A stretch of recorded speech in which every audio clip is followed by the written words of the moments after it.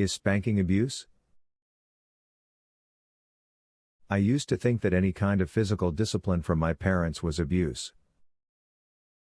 I think most kids would agree with that because most people run away from pain and run to pleasure. That's just how we're wired.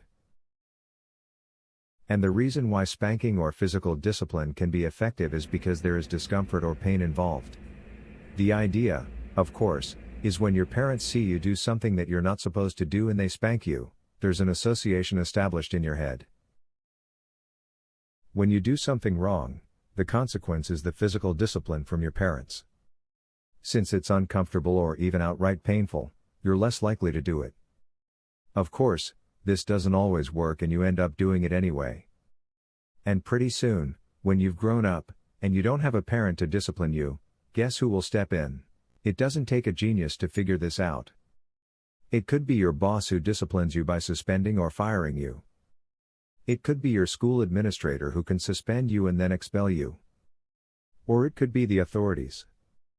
It doesn't take a genius to figure out that a lot of people in prison have discipline issues. But when we are kids and we go through physical discipline, we just focus on the pain. We don't see past the point of discomfort. We can't wrap our heads around the fact that this is supposed to help us. Because it's better for a discipline to be given by a parent who ultimately loves you and wants the best for you than for it to be dished out by somebody who doesn't care. At the end of the day, your boss doesn't care.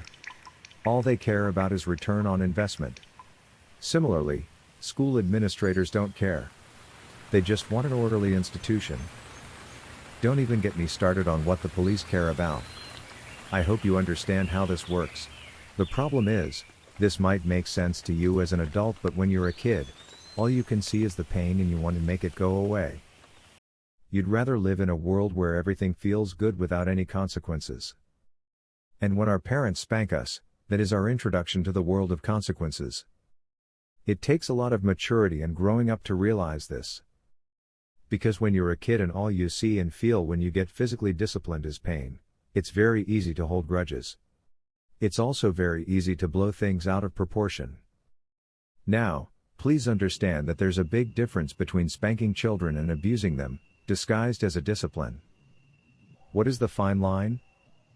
Well, you have to understand that there's a big difference. And it all boils down to your intention. If you're spanking your kid because you just want to get your frustration off your chest or you're just feeling stressed and pressured and need a physical release, that is abuse. It doesn't matter how much pain was involved. Pay close attention to your intention. You're not interested in disciplining the kid. You couldn't care less about making the consequences of their actions clear to them. You're causing discomfort for purely selfish reasons. That's how you know you've crossed the line into abuse. But if you spank your kid with clear guidance to that person why you're doing it and you do it soon after they screw up, they can understand that there is a lesson to be learned here.